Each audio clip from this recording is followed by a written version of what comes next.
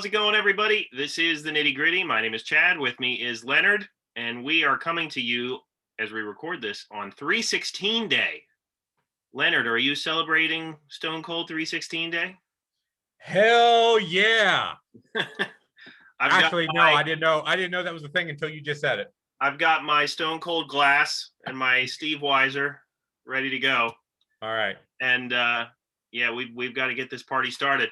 So this week we're trying something new. We are going to do a rebook of a pay-per-view card, and we thought we would start with one of the most famous, which is Wrestlemania One. So what we're going to do is, after we recap the event as it was, Leonard and I are going to go match by match on what we would have done differently and maybe come up with some new twists on what the card was, and we'll get more into that as we get closer. But let's go over the event as it was. It was held in Madison Square Garden, obviously, in New York City on March 31st, 1985. The attendance was 19,121, and it was seen by over 1 million viewers through closed circuit television. It consisted of 9 matches. We had Gene Okerlund singing the national anthem, Gorilla Monsoon and Jesse Ventura on commentary, Howard Finkel was the announcer, Lord Alfred Hayes did interviews, and we have the card, which was Tito Santana against the Executioner, King Kong Bundy with Jimmy Hart against Special Delivery Jones, Ricky Steamboat against Matt Bourne, Brutus Beefcake with Johnny Valiant against David San Martino with Bruno San Martino, Junkyard Dog against Greg Valentine with Jimmy Hart, the Iron Sheik and Nikolai Volkov with Freddie Blassie against the U.S. Express for the tag team titles. I should mention JYD and Greg Valentine was for the Intercontinental title. Andre the Giant against Big John Studd with Bobby Heenan in a career versus $15,000 body slam challenge. Wendy Richter with Cyndi Lauper against Leilani Kai with the Fabulous Moolah for the WWF Women's title. And Hulk Hogan and Mr. T with Jimmy Snuka against Paul Orndorff and Roddy Piper with Bob Orton. And you had lots of celebrity guests. Obviously, Muhammad Ali, Liberace, Billy Martin. Who am I missing, Leonard? Anybody? Pat Patterson was the special guest referee in the ring for the main event. Ali was on the outside. I think that was it for the first WrestleMania. Right. And if you need a reference, the poster behind me, if you can see it, is the card for the first show. That's right. And let's just start out here by giving our opinions on the first WrestleMania. For me, obviously, I respect it, being that it's the first one, and WrestleMania is such a event in my house to this day. We always look forward to it. It is the, as they call, I hate to use the cliche they use, the granddaddy of them all. So I respect it for that reason. The event itself, though, card-wise, is not my favorite, which is why I think this rebook and starting with this event is such a good idea, because I think that we will come up with some interesting things. So, yeah, not my favorite. There's some okay things on it. Leonard, what are your thoughts on WrestleMania 1? You know, the first WrestleMania is definitely a show where hindsight can lead to something different, I think, which is one reason why we're doing this. I mean, Vince McMahon wanted this to be a super show that would launch nationwide exposure for the WWF. However, I've been watching some Madison Square Garden and Boston Garden house shows on the network from this time period, and this doesn't feel much different than one of those shows outside of the added celebrity presence. Right. You know, if McMahon from just 5 years down the road could have talked to his younger self, I think he would say, hey, you need to beef up this card a little bit. You know, Nobody knew what WrestleMania would become. And with that knowledge, I think you can position talent in better matches and make more high profile matches. I also think it's a shame that Pedro Morales and Bruno San Martino, the two biggest stars of the pre-Hogan era, didn't get to wrestle on the card. And I'm correcting that. I'm not sure about you. But Bruno was here. He wasn't wrestling. Pedro wasn't on the card at all, but was still active with the WWF at the time. And in fact, the right tonight, as we tape this, I had some time to kill, and I watched a Boston Garden house show from November of '85, and it featured Pedro Morales versus Cowboy Bob Orton and Bruno San Martino versus Roddy Piper. Oh, wow. It also had Hogan. Hogan wasn't even on the show. It was Savage versus Steamboat too, and this was November of '85. Right. Well, yeah. See, Savage. Yeah. We were But looking. he wasn't there. He wasn't there for this. Yes. Right. Yeah. I was going to get to that because that was. I got to say, when I was researching this, so we should add that Leonard and I went back and found a resource that gave us the exact roster at this exact time, and so we only used who was available at that exact time of this event. So, unfortunately, the irritating factor is Savage would arrive a handful of months later. Mm-hmm. And obviously, he would have been a great addition to this card, but we can't use him. But that's still a cool thing. And you know what? Like, even though Hogan wasn't on the card, I mean, you have Bruno there, and that's really all you need for an. Yeah, it was a really interesting show. The main event was actually a tag title match, which was the Killer Bees versus Valentine and Beefcake, who were the tag team champions at the time. But anyway, yeah, as far as what we're about ready to do, I do want to mention that we were only using the talent. Originally, I said just use the talent that was on the show. Right. And you said, hey, if they were in the company, that should count. So we did open it up to anybody who's working with the WWF at that time to use them. I said if you wanted to keep a match the same, you could. We did keep it to 9 because that 9 was the original card, even though Chad tells me he booked a dark match, which I did not. There was not a dark match on the actual card, I should add, but I had to have room for these two guys for some reason. I don't know why. And It's not like it's some high profile match, but my dark match is Paul Roma versus George the Animal Steel, because I think that those two guys, with the exaggerated selling that Roma could do from time to time and the antics of George the Animal Steel, I think those guys really could have gotten the crowd worked up. It would have been a technical match. Who cares? It would have been fun to watch George the Animal Steel chase him around and bother him. So that's my dark match. Okay. I will say I did not use Roma or Steel. There you go. On my card. We didn't think about this before, but it's easy to find what the roster looked like at the time, and I'm sure we'll go over some of that as we talk. Right. Yeah. Well, without further ado, let's get into it. And I have to say first, this is the first time I've ever done anything like this, even, from top to bottom. I know that you do like some of that fantasy stuff, Leonard, but this is the first time I've ever rebooked a show. And it was fun. I enjoyed doing this, but I'm going to let you start out with your first match. Okay. Well, first of all, I'll say, we should definitely do this again. And yeah, I've never rebooked an actual show before. We've talked about me drafting fantasy rosters and booking fantasy cards and doing things like that, but to take a show, take who was available and redo it, first time for me to do this as well. So my first match, my opener, is going to be Ricky the Dragon Steamboat versus Don Morocco. I wanted to get Steamboat on the card somewhere, and he's certainly someone who can deliver a hot opener and get the best out of a beefier power wrestler like Morocco. Don Morocco had just came back to the WWF shortly around this time. He wrestled at the War to Settle the Score, which was the MTV show that led up to this. Right. But he wasn't used at the first WrestleMania, and I'm not sure why. I didn't look that up. But he might arguably be the biggest name that was left out of the show in some capacity. So these guys, I think, certainly put on a hot opener, get the crowd going. And I don't know if you marked who you thought would win or what your finishes would be, but I would Steamboat as the face. I would have him go over to kind of to make the crowd excited. Oh, it's funny. I didn't even think about finishes necessarily, but what's interesting is that you used Ricky Steamboat in your first match, as did I. Okay. And I did not use Don Morocco against him though. So my first match on this card would have been Ricky the Dragon Steamboat versus Tito Santana. And the reason I selected that is because what better way to open a card than have two guys that can utilize high flying moves, but can also have really great psychology and really great in-ring work. I think that they could have put on a great match. Would there have been a storyline necessarily there since they're both faces? Not really, but I don't think it would have mattered in this case. I think it would have been a great way to showcase what these two guys can do and what wrestling can bring to the table by starting those two guys out. But that was my first match. It is interesting that you book face versus face because I think I avoided for the most part face versus face and heel versus heel matches because I thought about that and then I went, they wouldn't do that.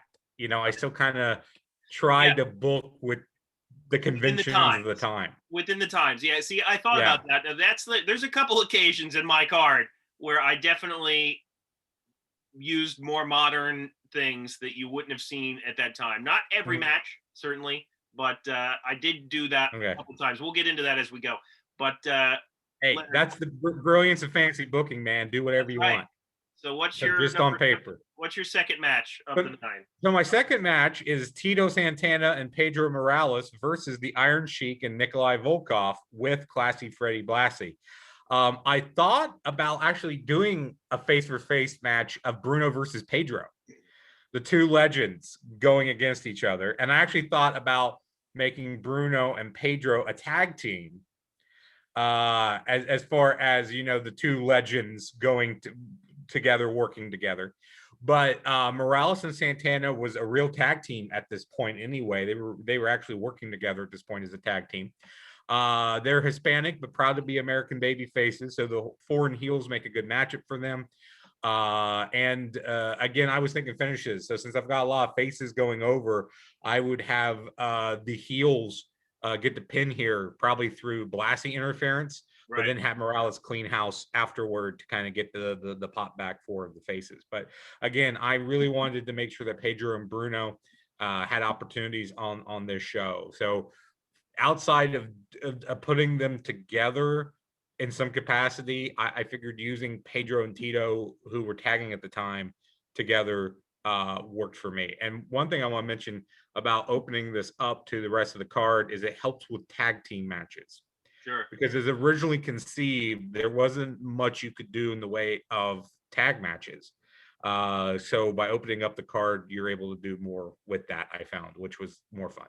Right. And you know what? If I could add a finish to my first match, I would have either had the two of them go to a draw, or I would have had Tito go over by like a quick schoolboy or something to that effect, simply because if I were to change history in any way, I would give Tito a push in some way.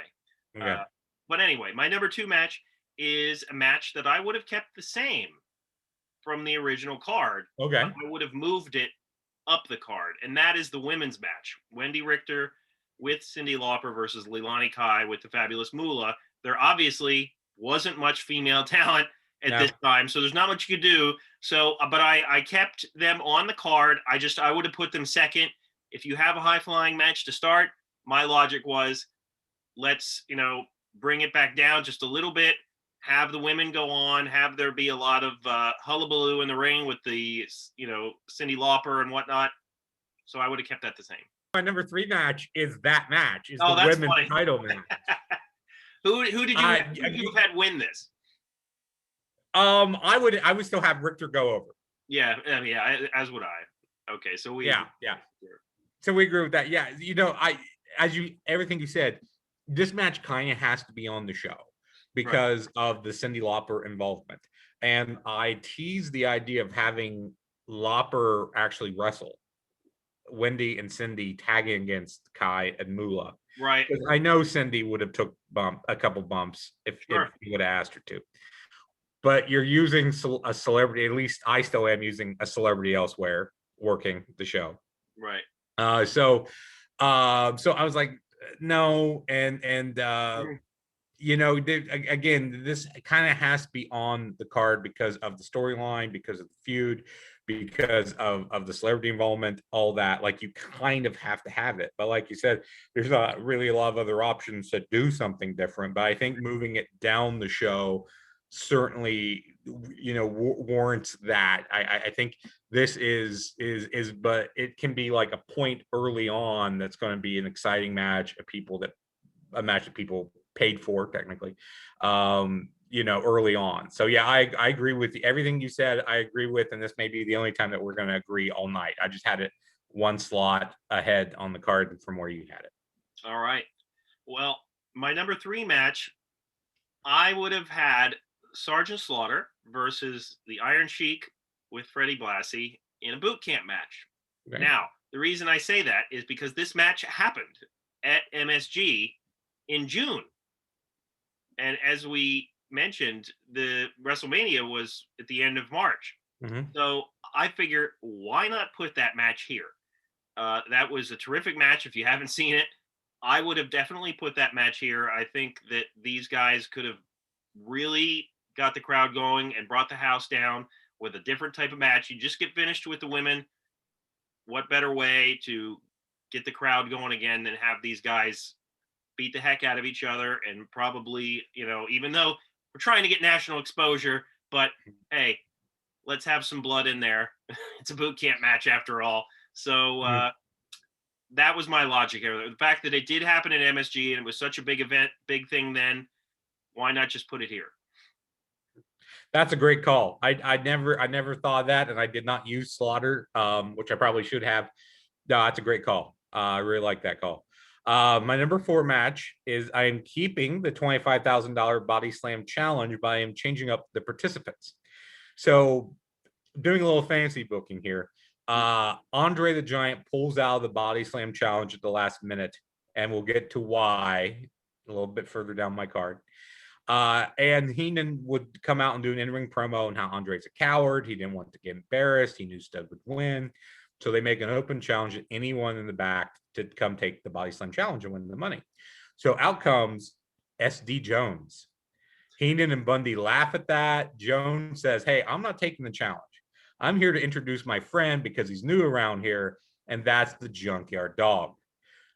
Dog was big and strong, and with Stud helping, he totally could have slammed Big John Studd.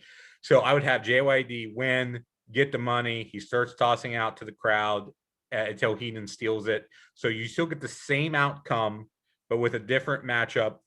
And you get Dog, I think, over more strongly than you originally do by that funky match they had with Valentine. Right. That get like he loses and it restarts and Valentine takes a walk. So JYD was new. I think this gets him over well. My original thinking was I was trying to use everyone who's on the original show, which I didn't overall. But I like the idea, and this happens a lot when they do challenges. Someone comes out and you're like, oh, this guy, and it's like, no, I'm introducing the real guy that's going to take it. So that's what I liked about doing that. So this match would be the Body Slam Challenge, Big John Studd with Bobby Heenan versus Junkyard Dog with SD Jones. Well, that would have been exciting to watch, and I definitely think it would have been interesting to see if Junkyard Dog had a different career trajectory in the WWF at the time. Obviously, anybody who's listened to some of the podcasts out there knows that the JYD that entered the WWF was not the JYD of Mid-South, and it's crazy to go back and look at some of that old footage of him from Mid-South and just how great a shape he was in back then compared to when he entered the WWF. But yeah, he was really over with the fans. People loved his shtick in the ring, and yeah, that would have been cool to see. Mm-hmm. I think that they could have put on a good match. So my next match is a bit out of left field. So you have so much talent on the roster. I kept looking when I was looking at the active roster at that time. I was like, oh man, there are so many people here to use. Like, where do I put them? So I have what I put is an over-the-top elimination, sort of a battle royal, but not with a bunch of guys. I have Paul Orndorff, Nikolai Volkov, Rocky Johnson, Jimmy Snuka, Junkyard Dog, and Brutus Beefcake. Those are the only guys that I have in this over-the-top elimination match, but it's for a number 1 contender spot for the Intercontinental title. Okay. So I figure, I thought about a fatal four-way, but obviously those weren't really being used then. So I thought, why not have a smaller version of a battle royal, but have stakes involved? I think it would have been exciting for the crowd, and it would have been ideal for a middle of the card spot. Yeah, that's an interesting booking. You had what, 5 guys in that? A 5-guy 6 guys battle royal? 6-guy battle royal. Yeah, that's really interesting. And they weren't doing multi-man matches at the time, which you mentioned. So yeah, trying to figure out something to do with that extra talent makes sense. And those are guys that I think should be on the show in some capacity. So that who did you have? Did you have anyone winning in your mind who you thought would win? Oh yeah, I guess I should add that. Yeah. You know what? I think I would have put either Paul Orndorff or Rocky Johnson as the winner. Okay. One of those two. My number 5 match is for the WWF Tag Team titles, and it's going to be the U.S. Express of Mike Rotunda and Barry Windham with Captain Lou Albano versus the Hart Foundation, Bret Hart and Jimmy Hart Bret Hart and Jim Neidhart with Jimmy Hart. So when you look at the other tag teams on the roster at the time, you have the Soul Patrol of Rocky Johnson, Tony Atlas, you have the Killer Bees of B. Brian Blair and Jim Brunzell, and you have the British Bulldogs of Dynamite Kid and Davey Boy Smith. Now they were all faces. So again, I'm trying to stick with the face heel dynamic, and the foundation were heels. So that's primarily why I went with them. Now, the list we found had Hart and Neidhart being with the company at this time, but I don't know if they were actually wrestling at the Hart Foundation yet.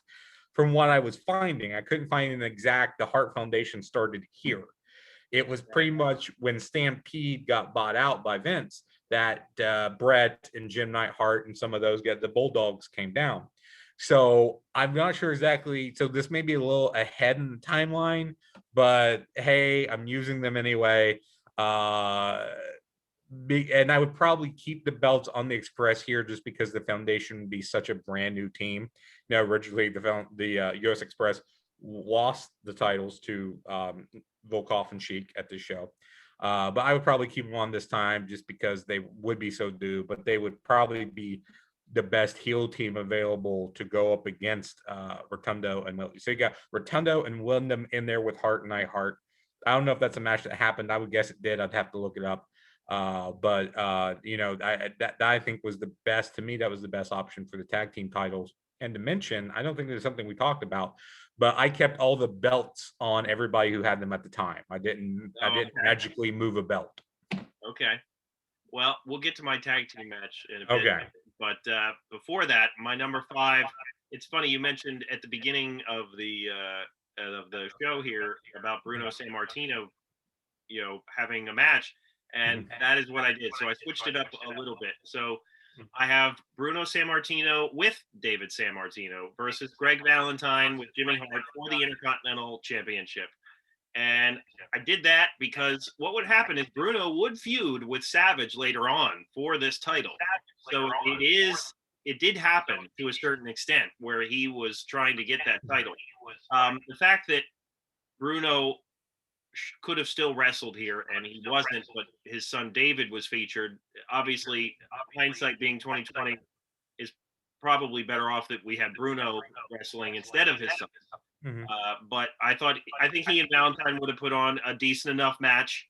And as I said, Bruno going for this title, I think, is logical, and it happened. And I wouldn't have had him win the belt, but I think that it could have been a good match. Okay. So we'll get back to that. My number 6 match is must win by 5 count. Andre the Giant versus King Kong Bundy with Jimmy Hart. Oh, wow. So more fantasy booking here. Hart touts Bundy as the new giant of the WWF. He's the best big man. Nobody can defeat him. And Andre's like, hold on a minute. And since Bundy was doing the 5 count gimmick, or he would ask the referee to count to 5 instead of 3, that's what I would make the match stipulation.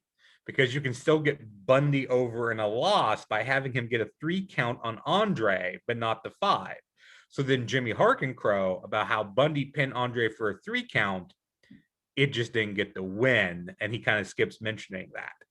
So, but I would definitely have Andre win by 5 count, but I would have Bundy get like a very close 3 count on Andre, just because I think that would still help to get him over, given the stipulation of the match. Yeah, that's my number 6. I was thinking, I should have looked some of these up to see if they happened. I don't know if Andre versus Bundy ever did happen.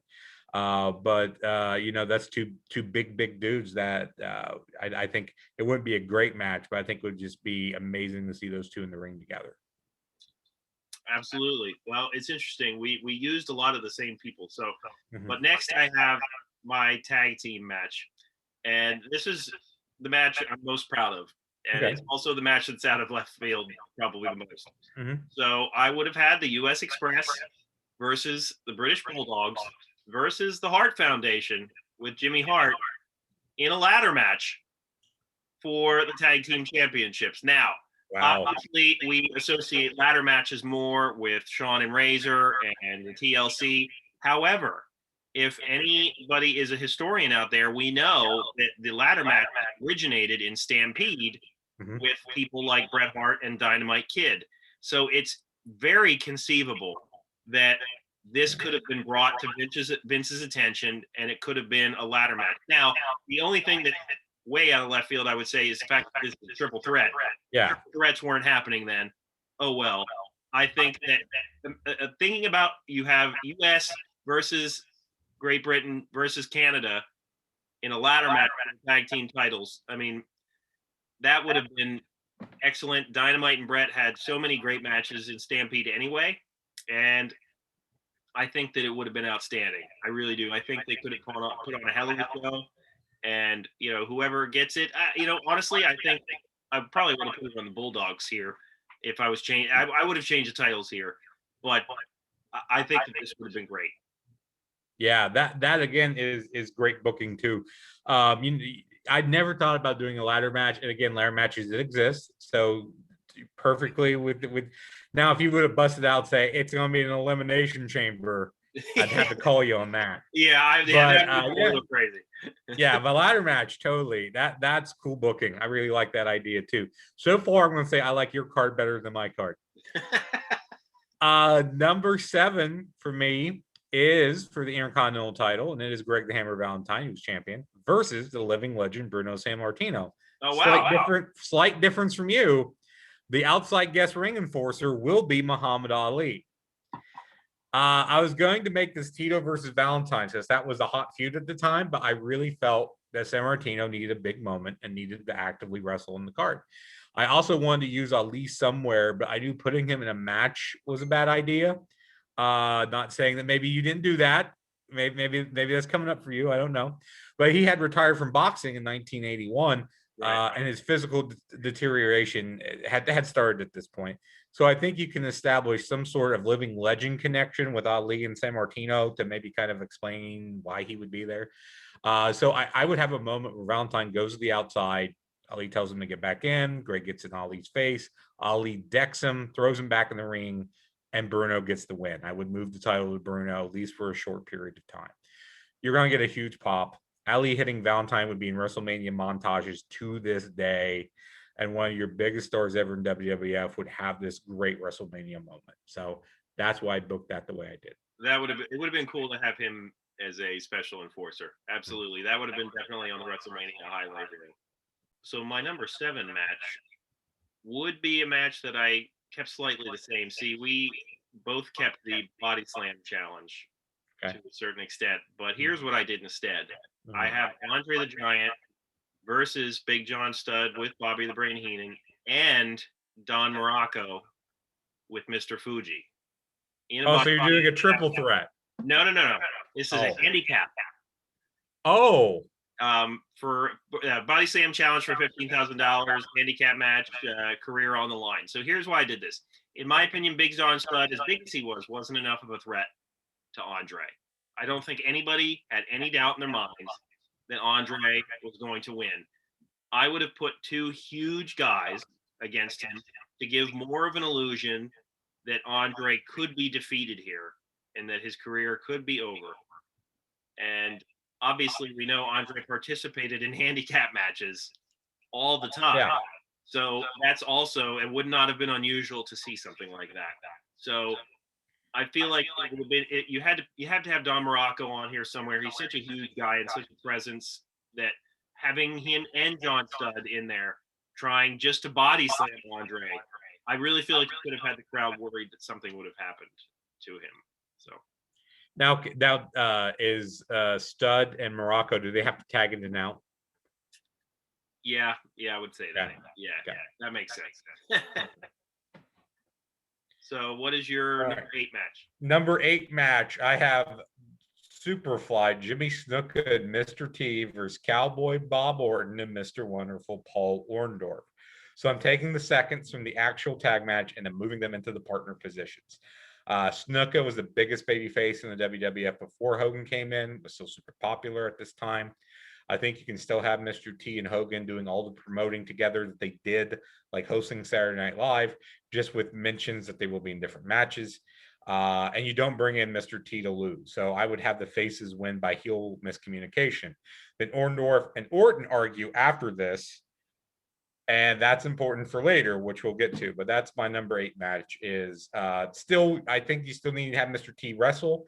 And you still need to hide him, protect him in a tag match. And I think you just tweak what they actually did a little bit to maximize some different potentials. That would have been a fun match to see. And it's interesting that you continued to use Mr. T. We'll get to that later. Okay. So my number 8 match would be King Kong Bundy versus Ivan Potsky. And obviously we know from the original card that King Kong Bundy destroyed SD Jones in short order. So if you're going to have Bundy go over and look strong, I feel like make it against somebody more significant, like Potsky, and give them 5 minutes to have like a, huge guy versus a muscle brawler type match. I think it would have been a fine warm up to the main event. You still get Bundy over, but he goes over somebody like Potsky, who had a lot of notoriety. I think it would have been more significant to see that. So that would be my warm up to the main event. Okay. I didn't use Potsky, but he's again another guy from like the era before that I think would have been really significant to have on the card. I think. And think about that for a second. If some of these guys had more notable appearances on this card, how much it would have changed their legacy. Yeah.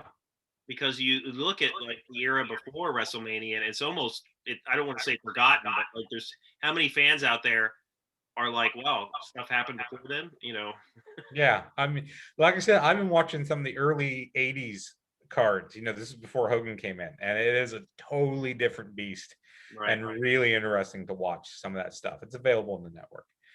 So my number 9 match, so my main event is drum roll. Drum roll. Main event, WWF title match inside a steel cage. Hulk Hogan versus Roddy Piper with special guest referee Pat Patterson. So people lament that Hogan versus Piper never got a proper blow off at the time. Of course, they would wrestle much later in WCW. At the War to Sell the Score, which was the MTV special that built to WrestleMania, the show ended with a huge schmoz, everybody fighting. And how do you settle a feud in wrestling when you have all this outside interference and DQs all the time and all this? You put it inside a steel cage. So I still like using Patterson as the special guest referee, just because I think it adds a little more of a special feel to it to have him in there.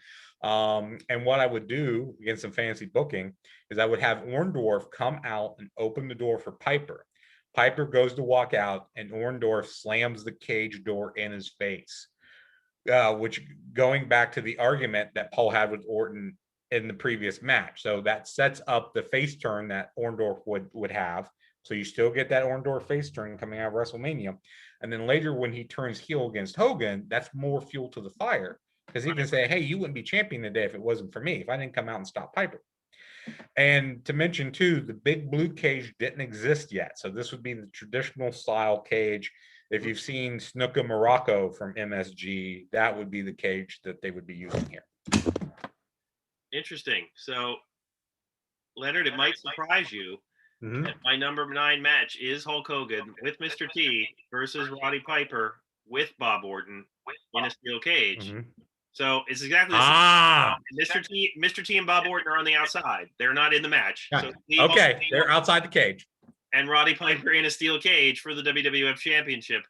The only thing I would have changed, I would have kept everything else the same, and that being that you have Muhammad Ali as the referee with Pat Patterson. You have Billy Martin as the ring announcer, Liberace as the timekeeper. All that can stay the same. And I can't add anything other than what you already added, which everything you said was my logic as well, which is funny. The fact that they had a match at War to settle the score, but it ended in a DQ. Everybody, I think, looks back at this and wants to see a clean finish and a one-on-one match between these guys. This would have been the time to do it.